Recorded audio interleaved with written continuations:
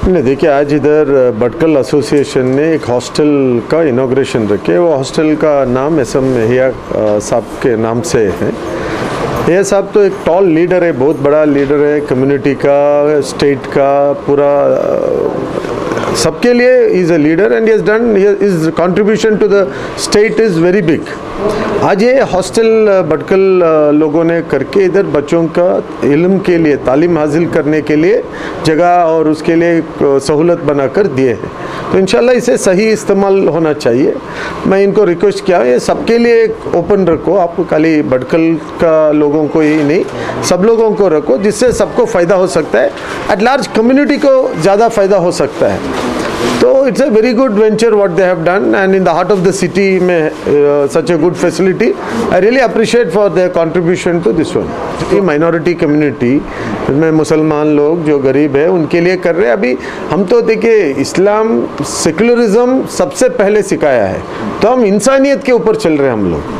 तो मेरे ख्याल से सबको भी इधर मौका मिलेगा, ऐसा कुछ रिजर्वेशन नहीं है, लेकिन ये एक्सक्लूसिवली भटकल एसोसिएशन बनाया है।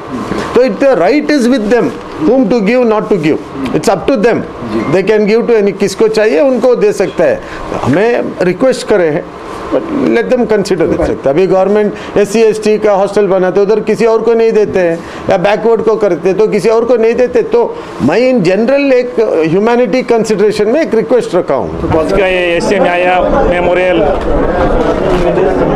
दूसरा ब्लॉक, इसके इफ्तिताह के मौके पर हम सबको तरगीब मिल रही है कि तलबा की तालीम को इंकरेज करने, उनको तरक्की देने के लिए और उनकी सहूलियात के लिए हॉस्टल का क़याम अगर किया जाए, ताकि तालीम के साथ उनकी तरबियत बेहतर से बेहतर हो और उसके लिए बेहतरीन नज़्म रखा जाए, वार्डन रखे जाएँ और उनके खाने पीने और उनकी सेहत और दीन की दोनों तरबियत की फ़िक्र की जाए। तो इस तरह की मिसाल अगर कायम हो तो इंशाअल्लाह आने वाला जनरेशन हमारा बेहतर से बेहतर हो सकता है और उनके हाथ पर पलने वाली आने वाली जनरेशन भी इंशाअल्लाह अच्छी होगी और अगले दौर के लिए बेहतरीन कायद और लीडर बन के सामने आएंगे। अल्लाह से दुआ है कि अल्लाह ताला इस तरह के खैर के कामों में हम सबको मिल बैठ कर काम करने की तौफीक अता फरमाए। जहाँ तक SM महिया साहब का ताल्लुक़ है, वो एक इंतहाई शरीफ नफ्स इंसान थे।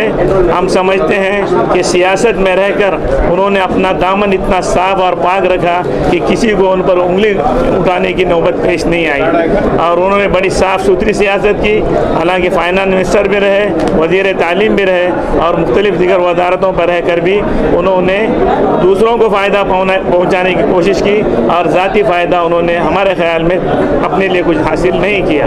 ये एक दूसरों के लिए एक नमूना है कि आदमी दुनिया में इंसान की खिदमत करना चाहे तो अपने दामन को साफ़ करने के पाक रख कर करना चाहे तो उसका नाम बाकी भी रहेगा और उसके काम को भी दवा मिलेगा और अल्लाह के यहाँ भी उसको इज़्ज़त मिलेगी।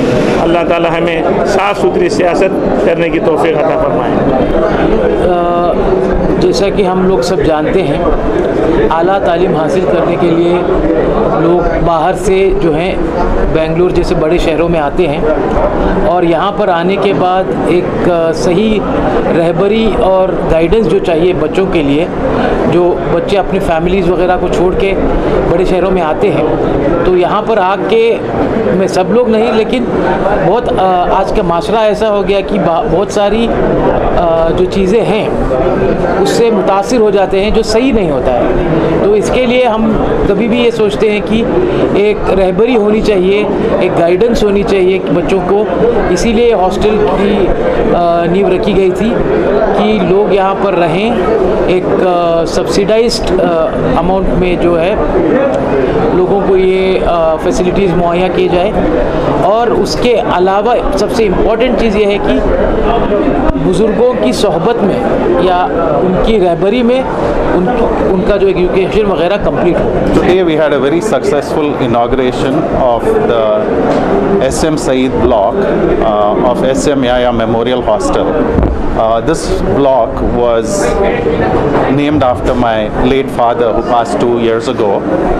We had a lot of dignitaries. They came and said a lot of good things about my family's contribution, which is Mr. SM Yahya, who was my chacha, और मेरे वालिद SM Saeed, who was his elder brother, who spent most of their lives pursuing community service. So in the field of education, on their own way or in a public forum, they did a lot. And I'm so excited to see this whole project come to fruition, where there could be generations of youth who could come through, study, make a good life for themselves. And it is always known that if there is one educated person in the family and generations coming forward changes. And that is the wonderful thing, which has happened today.